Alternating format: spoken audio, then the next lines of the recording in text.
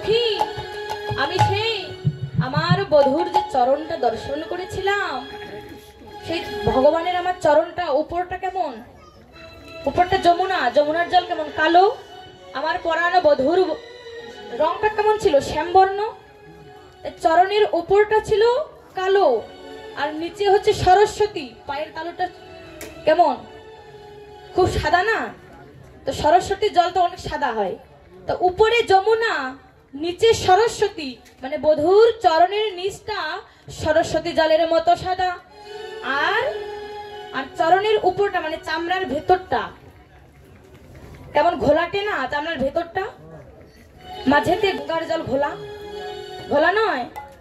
সখী আমি ত্রিবেণী হেরিলাম,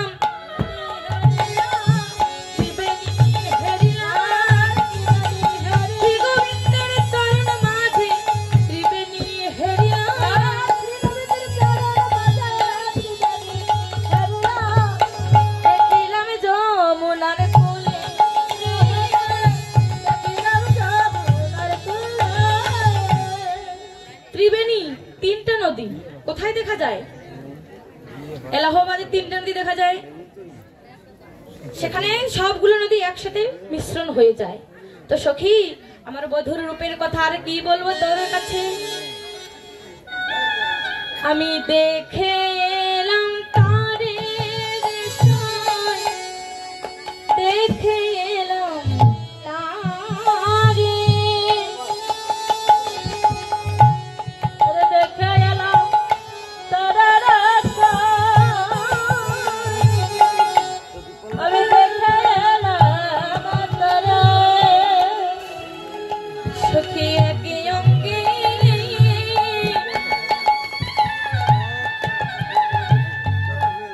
এত রূপ,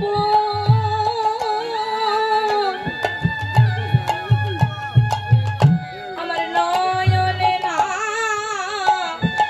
ধরে, সখী নয়নে না ধরে,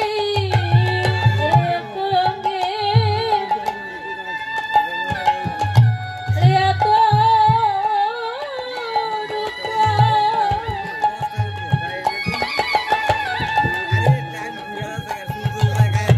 আমার নয়নে না ধরে, নয়নে না ধরে,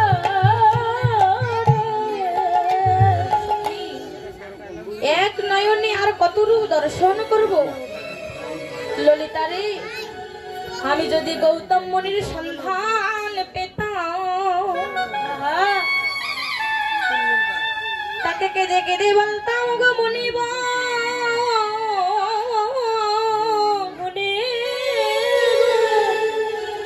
একেবারে দয়া করে সেই অভিশাপটা তুমি আমাকে দাও, যে অভিশাপটা তুমি দেবরাজ ইন্দ্রকে দিয়েছিলে।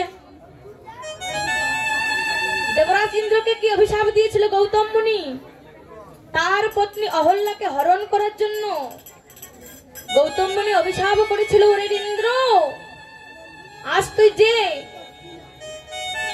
কামনা বাসনার জোরে জর্জরিত হয়ে তোর গুরু পত্নীকে হরণ করলি, যে জনির আশা করে তুই হরণ করেছিস, আমি তোকে অভিশাপ করলাম তোর পুরো অঙ্গে যেন জনি পথের সৃষ্টি হয়নি, তাই গৌর হরি বল। দেবরাজ ইন্দ্র তো স্বর্গের রাজা, তো স্বর্গের রাজার অঙ্গে যদি এমন বিচ্ছিরি রূপ হয়, কেমন করে শরীর দেখাবে? তখন পবনদেব বিভিন্ন দেবদেবীগণ গৌতম মুনির কাছে এসে বলছে, হে মুনিবর, দেবরাজ ইন্দ্র ভুল করে ফেলেছে, তো তার অভিশাপটা কি খণ্ডন করা যায় না? তখন গৌতম মুনি বলছে, দেবগণ, আমি তো অভিশাপ দিয়েছি, তা তো খণ্ডন করা যায় না, তবে আমি পরিবর্তন করতে পারি। তবে কি পরিবর্তন? সেই জনিপথের পরিবর্তে দেবরাজ ইন্দ্রের সর্ব অঙ্গে একটা নয়, দুটো নয়, টোটাল 1000টা নয়ন হবে, তাই গৌরী হরি হরি। আর এদিকে অহল্যাকে বলেছে, অহল্যা, সতী নারীর একটা গুণ থাকে যে পর পুরুষের স্পর্শ সে বুঝতে পারে, তো তুমি আজকে দেবরাজ ইন্দ্র আমার রূপ ধরে আসলো, তুমি তার স্পর্শ বুঝতে পারলে না? তোমার হৃদয় কি পাষাণ হয়েছে? তবে শোনো অহল্যা, তোমার হৃদয়ে যেহেতু পাষাণ হয়েছে, কোনো অনুভব শক্তি কাজ করছে না, তোমাকে আমি অভিশাপ দিলাম, তুমি এই মুহূর্তে পাষাণই হয়ে যাও। নিতাই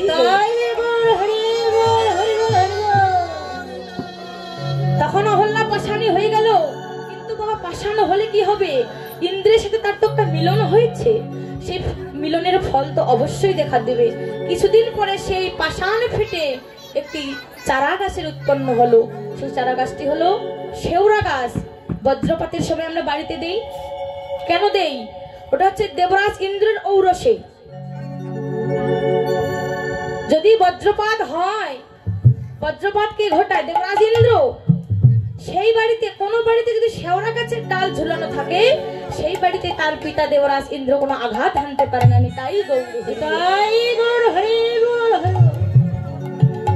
তোরা ধারণী বলছে, সখী আমি যদি গৌতম মুনির সন্ধান পেতাম তাহলে বলতাম সেই অভিশাপটা আমাকে দাও, কেননা এই দুটো নয়ন দিয়ে আমার বধুর বদন দর্শন করে আমার স্বাদ মিটছে না। আমার যদি পুরো অঙ্গটা নয়নে নয়নে পরিপূর্ণ হয়ে যেত, আমি কৃষ্ণ রূপ দেখে দেখে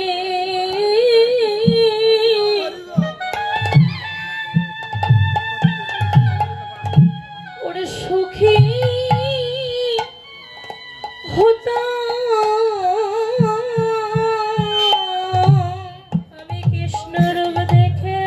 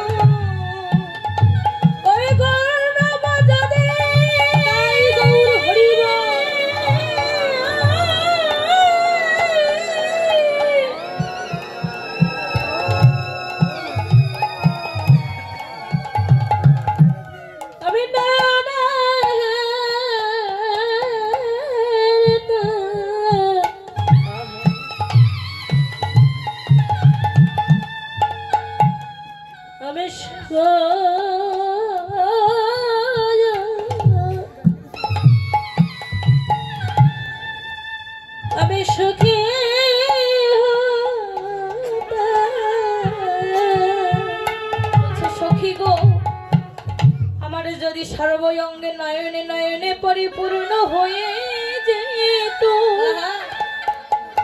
তাহলে শ্যাম রূপ দেখে বড় আমি সুখী হতাম। কারণ এই দুটো নয়নে তো আমার বধূর রূপ দেখা আমার শেষ হয় না। বলছে সখী, আমি আর আমার বধূর কি রূপ দেখেছি জানিস? বধূর গলায় যে একটি মালা দোলে, সে মালাটি কেমন? বনমালা। জাতা মালা কিন্তু নয়, এ হলো বনমালা। এটা কোথা থেকে এসেছিল? গরল সাগর থেকে উঠেছিল সমুদ্র মন্থনের সময়। কি কি উঠেছিল? কি কি উঠেছিল?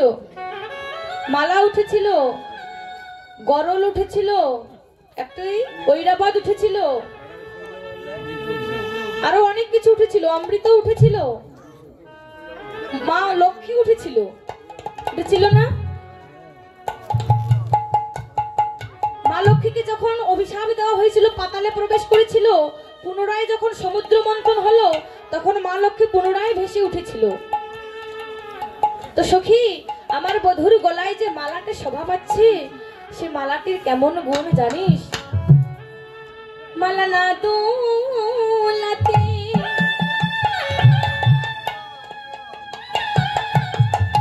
আপনি দোলে, মালার গুণ না গলার গুণ রে, না দোলাতে আপনি দোলে, মালা গলার গুণ রে, গলার দোলাতে আপনি দোলে। মালার গুণ না গলার গুণ যে আপনি দোলে? সে মালাটির গুণ না আমার ভগবানের গলার গুণ? সখী, আমার বধুর আমি আরো কি দেখেছি জানিস? আমার বধু কেমন? কানু সে বিনোদ রায় রে, কানু সে বিনোদ রায়, কানু সে বিনোদ রায় রে, কানু সে বিনোদ রায়। তার বিনোদ চিকুরে বিনোদ বরিহার, বিনোদ চিকুরে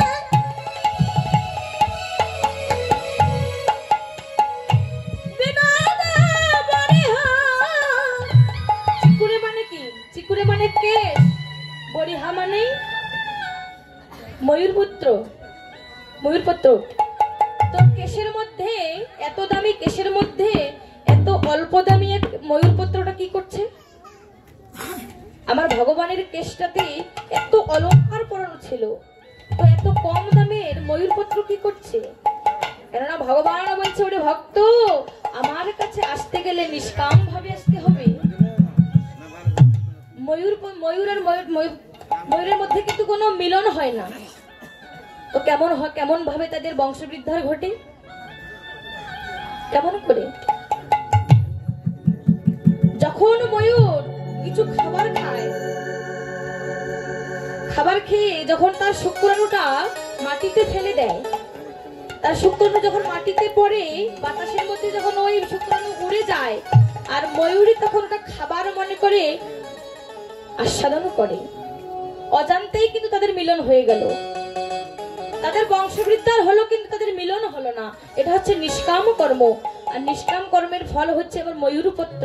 তাই সেই ময়ূরপুত্র আমার গোবিন্দের মস্তকে স্মিতাই তার বিনোদ চিকুরে বিনোদ বরিহার, বিনোদ চিকুরে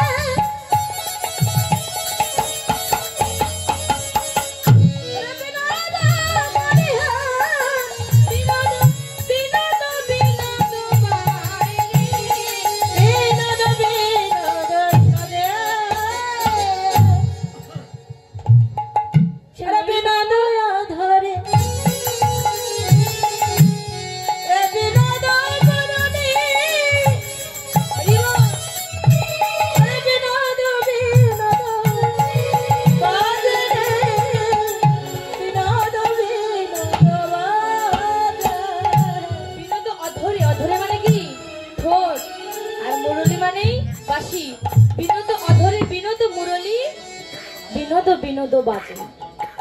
আবার কি, যখন আমার বধুর আমি ধুতিটাকে লক্ষ্য করলাম কেমন ভাবে পড়েছে, তার বিনোদ কোটিতে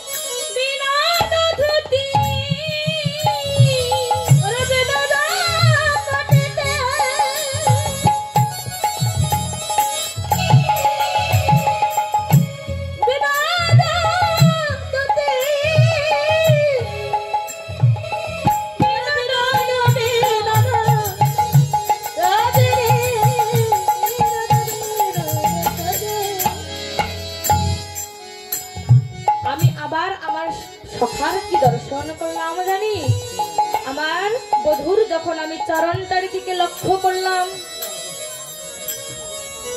সেই চরণের মধ্যে যে নূপুর পরানো ছিল, আর আমার বধূর গলায় যে মালা ছিল, সেই মালা, বধূর হাতে যে বাঁশি ছিল, আর মালাও তো ছিল সেই গলার মধ্যে, সেই মালা এবং চরণের নূপুর, তাদের মধ্যে ঝগড়া লেগে গিয়েছিল।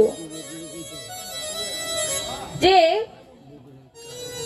নূপুরকে বলছে যে তুই ভগবানের কাছে কতটা তুই দামি নোস, তাই তোকে চরণ তলে রেখেছে, আর আমি যে কতটা দামি, তাই আমাকে দেখো ভগবান কোথায় স্থান দিয়েছে। তখন বলছে, নূপুর বলছে, ওরে মালা, এই জগতে যতগণ ভক্ত রয়েছে, এই জগতে যত যত সাধক সাধিকা রয়েছে, তারা কোটি কোটি কল্পকাল ধরে সাধনা করে,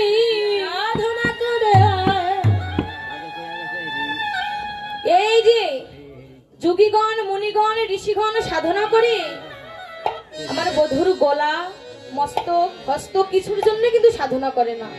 সাধনা করে কিসের জন্য? না চরণের জন্য। ওরে মালা, আর সেই চরণের নূপুর হয়ে আমি রয়ে আছি। তাহলেই কে ভগবানের কাছে দামি, তুই না আমি? তখন মালা তার ভুল বুঝতে পারলো, বলছে, ওরে নূপুর রে, যখন আমার গোবিন্দ ব্রজের ধুলা উড়াইয়ে দেয়, সেই ধুলা যেন তুই আমাদের দিকে একটু হলেও উড়াইয়ে দি। সেই ধুলা আমরাও আমাদের অঙ্গে মেখে এই মালা জনমটা ধন্য করব। তো যখন আমি আমার বধূর চরণ পানে দেখলাম, তার বিনোদ চরণে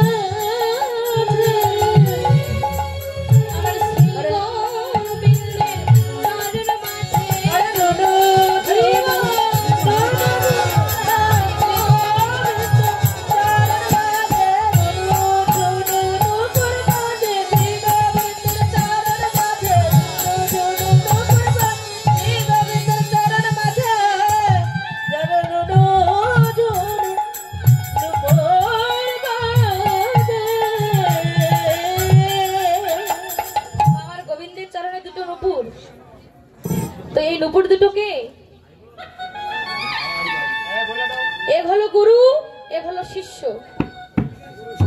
তো গুরু শিষ্যকে কোন পায়ে আছে?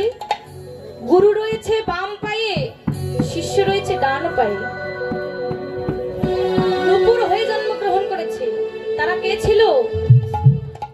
এই নুপুরের জন্ম কোথা থেকে, এটা যদি জানতে চাই তাহলে আমাদের রামায়ণের কথা বলতে হবে। লঙ্কায় যেদিন যুদ্ধ হয়েছিল, যুদ্ধ শেষ হয়নি, যখন সীতা হরণ হয়েছিল, সীতা যখন হরণ হলো, ভগবান রামচন্দ্র হা সীতা করে পথে পথে ঘুরে বেড়াচ্ছে। তো তো এমন ভাবে ভগবান যখন ক্লান্ত হয়েছে, ক্লান্ত হয়ে ভগবানের হাতে ছিল ধনুক, সেই ধনুকটা মাটির উপরে রেখে ভগবান আমার একটু বিশ্রাম নেবে তাই বসেছে। তো ধনুকটা এমন ভাবে ওই মাটিতে গুজে রেখেছে আর সীতার জন্য কান্না করছে। তখন লক্ষণ তার দাদার দিকে লক্ষ্য করলো যে আমার দাদা কান্না করছে আমার মা সীতার জন্য। তো কান্না যখন করবে তো চোখের জল বের হবে, রক্ত কোথা থেকে বের হচ্ছে। চারদিকে যখন দেখছে যে কোথাও কোনো প্রাণী আঘাত হলো কিনা, যে রক্ত বের হচ্ছে, বলছে দাদা তুমি কান্না করছো, জল বের হবে তার জায়গায় রক্ত বের হচ্ছে কেন? তখন বলছে তাই তো কি হয়েছে? নিচে লক্ষ্য করলো ধনুকটার তলায় যে ভগবান ধনুকটা যে রেখেছে সেখানে একটি ব্যাঙ চাপা পড়েছে। সেই ব্যাঙটা চাপা পড়েছে, ভগবান সেই ধনুকটার উপর ভর দিয়ে বসেছে, তো এমন ভাবে ভর দিয়েছে যাতে পুরো ভরটাই ওই ব্যাঙটার উপরে পড়েছে। আর ব্যাঙটার অঙ্গটা মানে ধনুকটা ঢুকেছে তার শরীরে, রক্ত বের হবে না, রক্ত বের হয়েছে। তখন বলছে ধনুকটা তাড়াতাড়ি সরিয়ে বলছে ওরে ব্যাঙ, এই জগতে যখন কেউ বিপদে পড়ে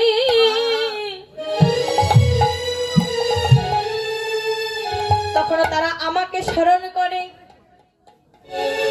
আর তুই বিপদে পড়লি আমাকে স্মরণ করলি না কেন? ব্যাঙ বলছে প্রভু গো, প্রভু গো,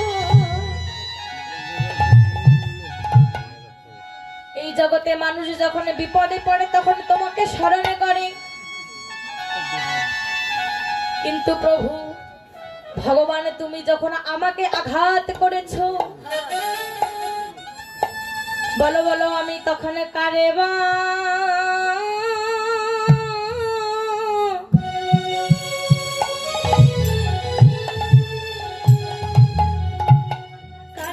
ডাকিব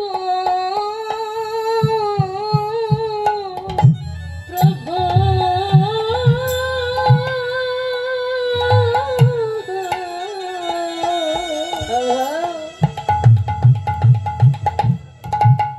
বলো ভাই আমি করে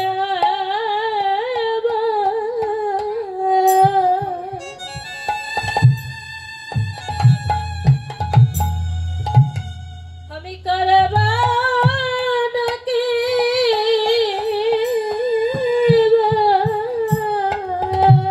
প্রভু তুমি যখন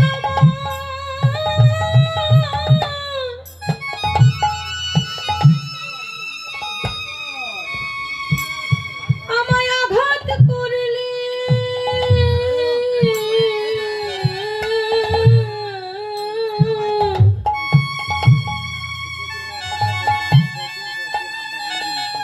বলো বলো আমি ওখানে কারে মা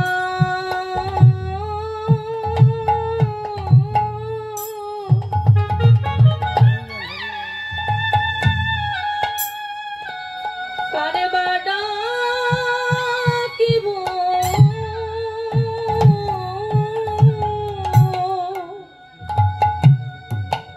প্রভু। ওরে তুমি যা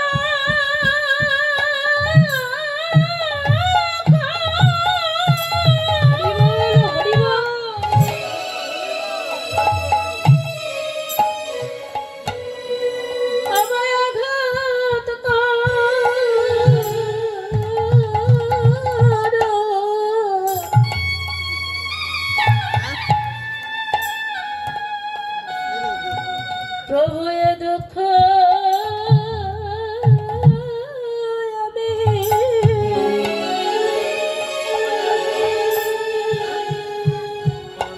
আমি করবা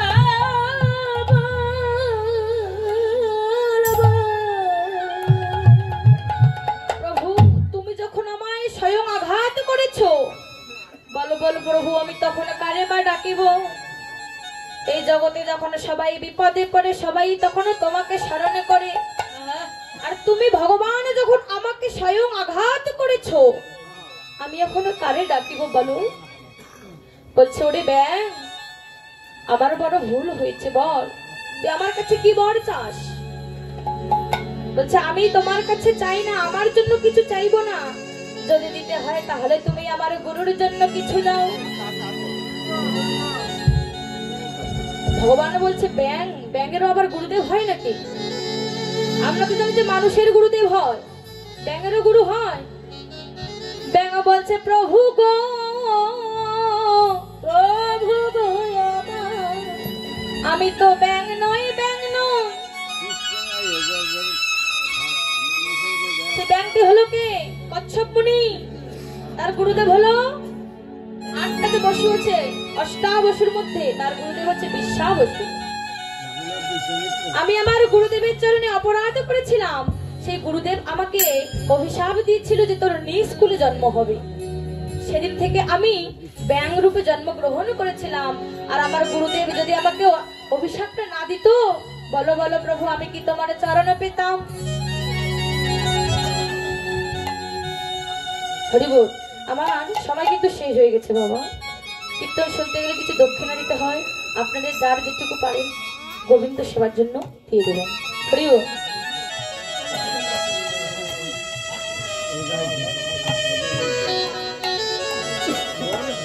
একজনকে পাঠিয়ে দিলাম, আপনারা যে যতটুকু পারবেন। তখন ভগবান বলছে ওরে ব্যাঙ, আমি তো শুনেছি মানুষের ব্যাঙ হয়, মানুষের গুরুদেব হয়, ব্যাঙেরও কি গুরুদেব হয়? তখন তো ব্যাঙ খুলে বললো তার বিষয়টি। বলছে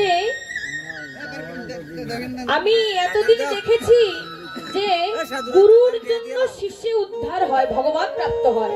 আজকে তার উল্টা হয়েছে।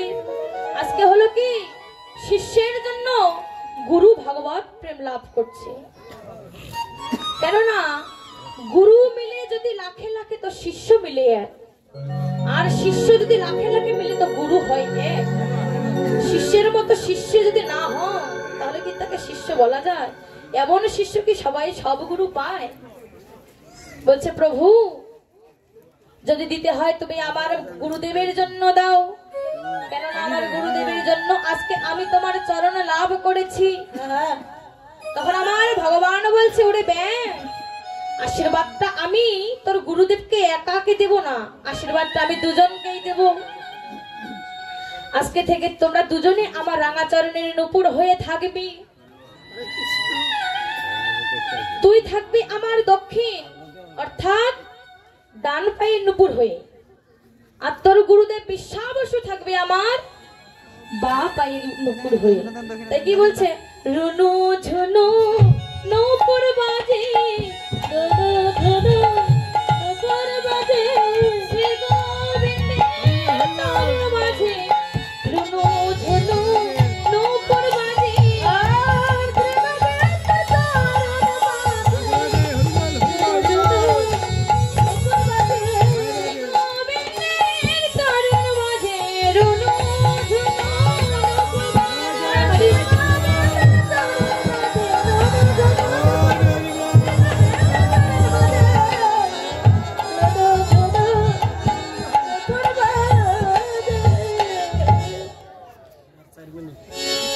তখন থেকে ভগবানের চরণে গুরু শিষ্য মিলে দুটো নূপুর দুলতেছে। তখন ললিতা বিশাখা বলছে রাধে তোর বধূর আর কি কি দেখেছিস? বলছে আমার বধূর রূপের বর্ণনা কি আমি শেষ করতে পারবো? সৃষ্টিকর্তা ব্রহ্মা যার রূপের বর্ণনা করতে পারবে না, তার কয়টা বদন? সৃষ্টিকর্তা ব্রহ্মার 4টা বদন। তো সেই 4টা বদন যদি থাকে তারপরও আমার ভগবানের রূপের বর্ণনা শেষ হবে না। আর আমি এক বদনে আর কত বলবো আর বধুর কথা। বলছে সখী তুই যদি বলছিস আমাদের তো আরো অনেক আনন্দ হচ্ছে, তো বধুর রূপের কথা শুনি।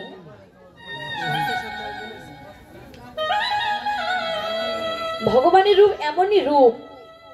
তখন ভগবান শ্রীকৃষ্ণকে দেখার জন্য রাধারানী বড় ব্যাকুল হয়েছে। আমি কেন গেলাম সুরধ্বনিতে? সুরধ্বনি নয়, শ্রী যমুনায় জল আনতে বেলি অবসান কালে। সেই যে কৃষ্ণ কদম্ব গাছের তলায় দাঁড়িয়েছিল,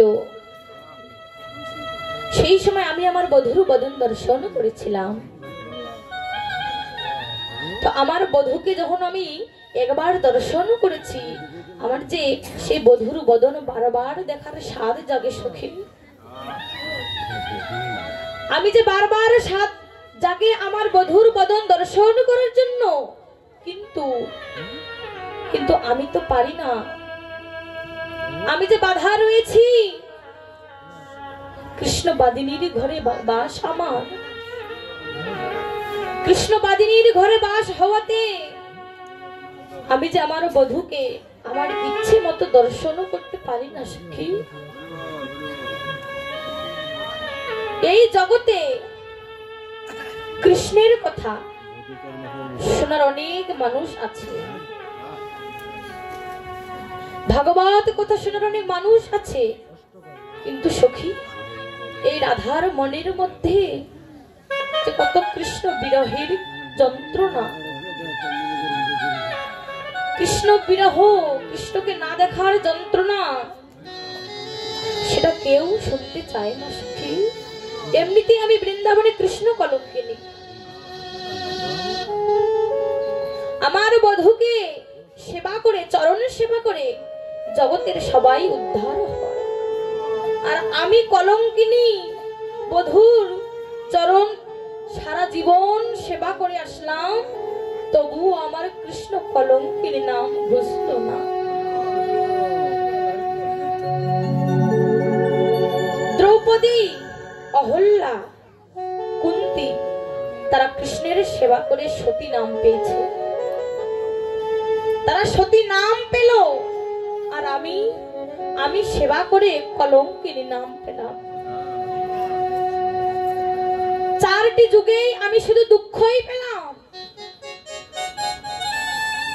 ভগবানকে ভালোবেসে শুধু দুঃখই পেলাম, যন্ত্রণাই পেলাম, পেলাম না কোনোদিন সুখ। আমার বধূ তো আমাকে বৃন্দাবনে অন্য ঘরে পাঠাতে পারতো, কেন বাদিনীর ঘরে পাঠালো, যেখানে কৃষ্ণ বলে কাদা মানা, কৃষ্ণ বলে ডাকা মানা, নীল শাড়ি পরতে মানা, নীল যমুনার জল দেখতে মানা। কেননা আমার বধূ শ্যাম বর্ণ, কেউ বলে নীল, কেউ বলে কালো, কেউ বলে শ্যাম। তো আমার বধূর সঙ্গে যেগুলো মিশ খায় সেগুলো আমাকে দেখা বারণ, পড়া বারণ। কি বলবো আমি আর বধূর কথা। সেই কালিয়া বরণ খানি দেখতেই যে আমার অনেক ভালো লাগে। যখন সেই কালিয়া বরণ খানি চন্দনে মিশানো থাকে, চন্দনে মেশানো থাকে, তখন আমার বধূর রূপ যেন এই ত্রিভুবনকে হারিয়ে দেয়। ত্রিভুবনে যতটা শোভা সৌন্দর্য, আমার বধূর রূপ দেখলে যেন সব কিছু হার মেনে যায়, এত শোভা। আর কি বলবো আমার বধূর কথা। আমি তো বললাম আমার যে দুটো নয়ন, আমার এই দুটো নয়নের যদি, আমার কি আশা জানিস, আমার এই দুটো নয়নের যদি পলক না থাকতো, চোখের পলক যাকে আমরা পাতা বলি, কেননা যতবার এই চোখের পলক পড়ে, যত পাতা নড়ে, ততবার যেন মনে হয় আমি আমার কৃষ্ণকে হারিয়ে ফেলছি। তাই ভগবানের কাছে রাধারানীর চাওয়া, দয়াময় এবার যদি তুমি আমাকে নয়ন দিতে, নয়নের পল্লবী যেন দিও না প্রভু। না, সে নয়নের পল্লবী দিলে আমার মনে হয় বধূর বদন যেন আমি হারিয়ে ফেলেছি। রাধারানী কি এমনি আমার গোবিন্দের বামে আছে? কত সখী ছিল, ললিতা, বিশাখা, চিত্ররেখা, কত সখী ছিল না? তারা সবাই তো গোবিন্দের বামে থাকতে পারতো, কিন্তু কেন রাধারানী, কেন রাধারানী কেন আছে? কেননা রাধারানী যখন মরে যাবে, মরে যাওয়ার পরেও আমার গোবিন্দকে কিভাবে সেবা দেবে তার চিন্তা আগেই করে রেখেছে। মাথুর লীলায় যেদিন আমার ভগবান বৃন্দাবন ছেড়ে চলে যায়, সেদিন কৃষ্ণ অদর্শনে আমার রাধারানী 10টা দশার মধ্যে এবার মৃত্যু দশা এসে গেছে। তখন সখীগণকে বলছে, সখী আমি যেদিন মরে যাব সেদিন যেন আমার এই দেহটাকে তোরা যমুনার জলে ভাসায় দিস না। কি বা তোরা আমার এই দেহটাকে আগুনে পুড়িয়ে দিস না। আমি যেদিন মরে যাব, আমি যেদিন মরে যাব আমার এই দেহটাকে তোরা যমুনায় ভাসিয়ে দিস না কিংবা আগুনে পুড়িয়ে দিস না। বাবা দেখেন মরে যাওয়ার পরেও গোবিন্দকে কিভাবে সেবা দেবে। আমার এই দেহটাকে তোরা তোমাল গাছের ডালে ঝুলিয়ে রাখিস। সখীগণ বলছে, রাধে আমরা যদি তোর দেহটাকে তোমাল গাছের ডালে ঝুলে রাখি তাহলে যে তোকে কাকে এসে ছিঁড়ে খাবে। বলছে, সখী কাককে বলে দিস আমার সর্ব অঙ্গটা যেন যদিও খেয়ে ফেলে, শুধু আমার নয়ন দুটো যেন বাকি রাখি। কেননা এই নয়নে যে আমি আমার গোবিন্দের রূপ দর্শন করি। যদি কাক এসে ছিঁড়ে না খায় তাহলে আমার এই দেহটা গলে গলে পচে পচে এই বৃন্দাবনের মাটিতে পড়ে যাবে, আর যেখানে পড়বে সেখানে কচি কচি তৃণের জন্ম নেবে। আর সেই তৃণ যখন বৃন্দাবনের ধবলি শ্যামলি সেবন করবে, আর ওই ধবলি শ্যামলি সেবন করে যশোমতী মা যেদিন ধবলি শ্যামলির দুগ্ধটাকে দহন করবে, আমার সেই গোলা পচা দেহ থেকে তৃণ জন্ম নেবে।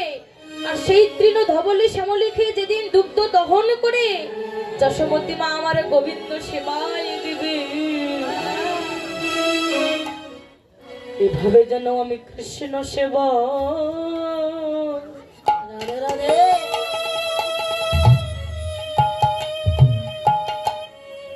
লাগিতে পারি, যেন এভাবে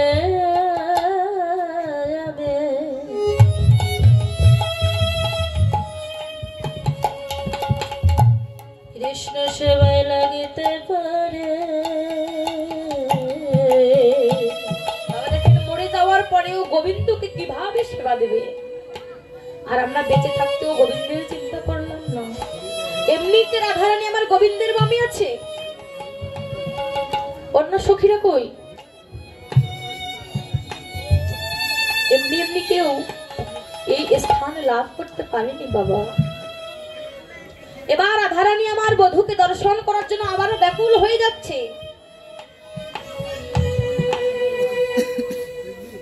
এবার যখন রাধারানী ব্যাকুল হয়ে যাচ্ছে, এবার রাধারানী এই যে এত রাত হয়েছে বধূকে কোথায় পাবে?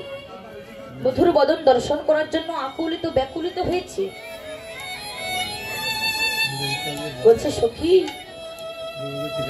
আমার এই বধূর জন্য প্রেম আজকের নয়, আমি যখন ছোট ছিলাম তখন থেকে বধূর জন্য এই ভালোবাসা। রূপের প্রতি আক্ষেপ, রাধারানীর যে আক্ষেপ। সখী অল্প বয়সে